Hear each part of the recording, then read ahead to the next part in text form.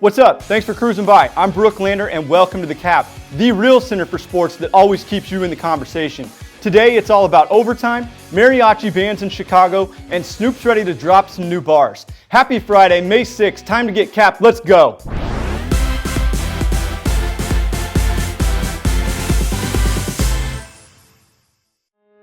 Carrie Underwood is becoming one of the most iconic musicians out there today.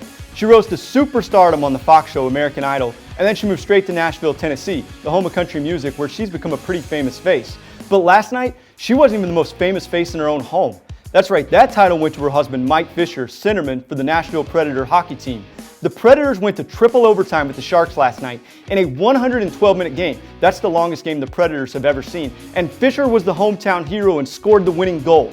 Pekka Rinne had 44 saves. That's incredible. The people of Nashville and Bridgestone Arena were going crazy.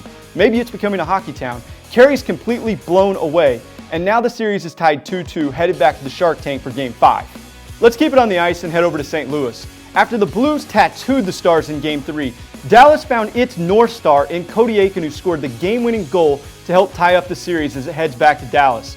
These hockey playoffs are not disappointing. On to basketball, where Justin Bieber continued his Purpose World Tour last night at the Barclays Center in Brooklyn, New York. But before that, he stopped by the Nets practice facility with his manager Scooter Braun and Hillsong's Carl Lentz to show off his handles and drop a few dimes. By the way, the kid's got a pretty good shot. Now, Justin's originally from just outside of Toronto, so I'm guessing he had a pretty close eye on the Raptors game yesterday.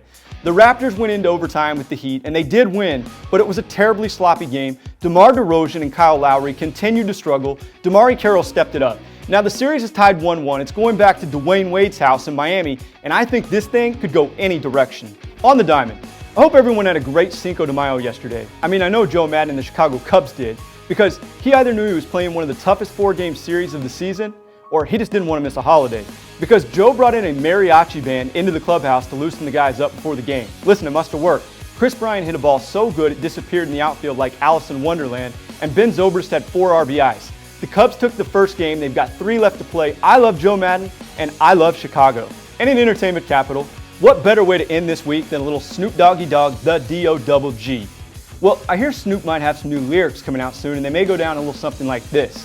1, 2, 3 into the 4, keep the lights on, Le'Veon Bell about to walk through the studio door.